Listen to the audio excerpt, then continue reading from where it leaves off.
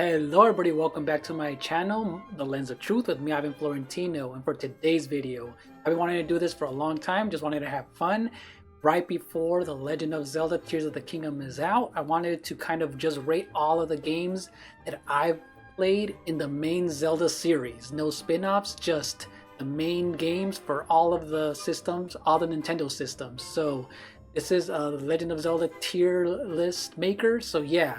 So this is going to be just my own personal opinion, my own list on my favorite Zelda games of all time. And before we get started, if you're brand new to my channel, consider hitting the like button, ring the bell, and leaving a comment, as it will help out my channel greatly.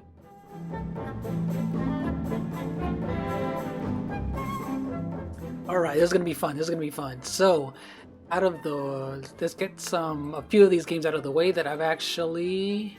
So on the D list, just for now, I'm going to... I don't think there's any game that's officially on the D list, but just for now, I'm going to put Adventure of Link. So this is Zelda 2 for the NES. So this game, I've only played a few hours of it. This game was really hard and is very obtuse, and I never got to complete this game. This is considered the the black sheep of the series, and hopefully it gets remade one day like they did Link's Awakening on the Switch.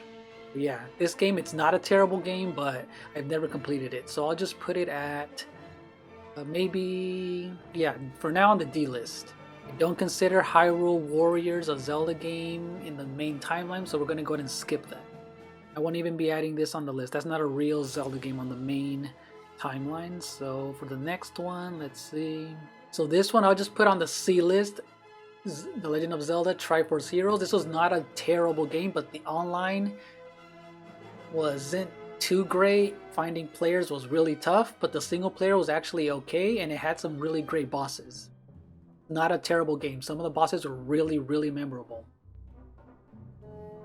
Spirit Tracks I'll put at B just for now. This game was actually really cool, but some puzzles could be really hard and very obtuse sometimes. But it looked great on the DS for its time, and it was really, really cool. Not too bad, not too bad. Spirit Tracks, so Phantom Hourglass was the first one. This one was actually, it was good, but again, some of the puzzles were obtuse sometimes. Some of them can be really confusing. But The Legend of Zelda Spirit Tracks, this game was a lot better than Phantom Hourglass. The Spirit Track themes in the overworld, the theme song for that was super catchy and had memorable bosses. Both these games did, but I would put this above Phantom Hourglass. Another game that's underrated is Legend of Zelda The Minish Cap. I would actually put this here because it's underrated. It was developed by Capcom and Nintendo. So this one, hopefully someday we'll get a remake just like they did a Link's Awakening for the Nintendo Switch. This game is really, really good. The graphics were really, really cool.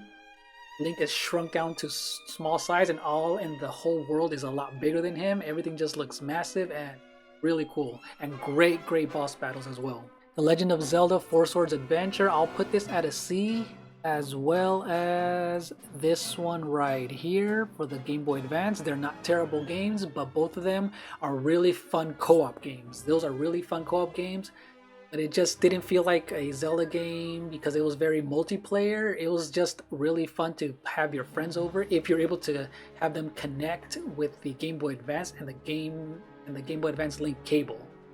None of the puzzles were really hard. It was super simple, but I would put the one on the GameCube above the Game Boy Advance because it had better bosses. So the original one here, I never got to play it back when it originally released on the NES. But for what it did, I still would put it at I will still put it at a C, only because it is the nostalgia for some people who have played it is there. But this game is really hard. It's really obtuse. You would have to need a guide to complete this game because it's really hard. But I did play lots of hours of it, and I completed a few dungeons, but it was really, really hard. But for me, since I never got to complete it, I would still put it right here. Now we're getting to the bottom. Okay, these two games I'm putting at A. Underrated Zelda games right here. All of them were made by Capcom. Playing both of them together The Legend of Zelda Oracle of Ages and Oracle of Seasons, those games are so good. The puzzles are creative, the bosses, the music, the graphics work so well on the Game Boy Color. They look amazing, and these games should be remade in the style of Link's Awakening that they did for the Switch. Would be really cool. These games are top tier Zelda games right here. So Link's Awakening, I actually played it a bit back when it came out on the Game Boy back in the day. I'm still putting this at an A because it's a great game. I played the Game Boy Color version, which is a lot better, and the Switch version, great high quality Zelda game, especially for what it did with the music and the whole dream kind of sequence, and just of what they did with the whole game. Really great game right here. I might actually put this just a bit above the Minish Cap. Now, The Legend of Zelda: A Link Between Worlds. This game is also high quality. I'll put it at an A. The music is great, the graphics, the way they're able to rent weapons and do almost any of the dungeons in any order, that broke up the formula and made it feel fresh when things were getting stale with the whole hand holding in a lot of Nintendo games. This is one game that was really cool.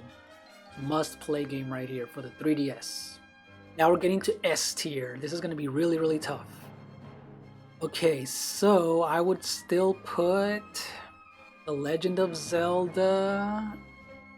I'm still deciding between S and A, but let's put The Legend of Zelda Skyward Sword.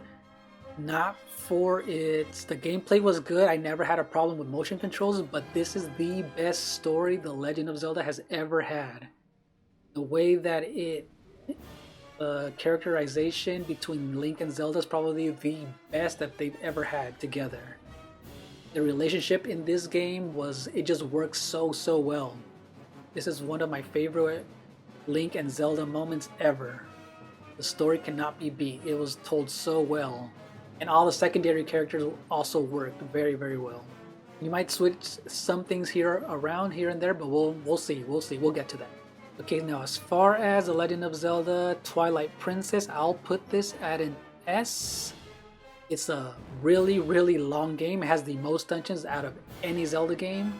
It has a dark story, and the best partner character, Midna, is one of the best in the entire series. She's really cool, but this is a top tier Zelda game right here. Now the Wind Waker is on SS tier. The cel-shaded graphics, they're timeless, they have not aged, and especially the Wii U version looks even better. The music is amazing, and although this game is the shortest with only a few dungeons, it's still a highly rated game. Everything just works. The boss battles are really cool. This one I played back on the GameCube, and it's amazing Zelda game.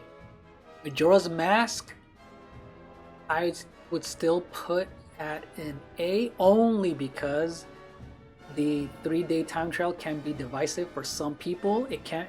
I remember back when I first played it on the Nintendo 64, it was confusing, but when things clicked, it made things very dreadful. The game was very dark.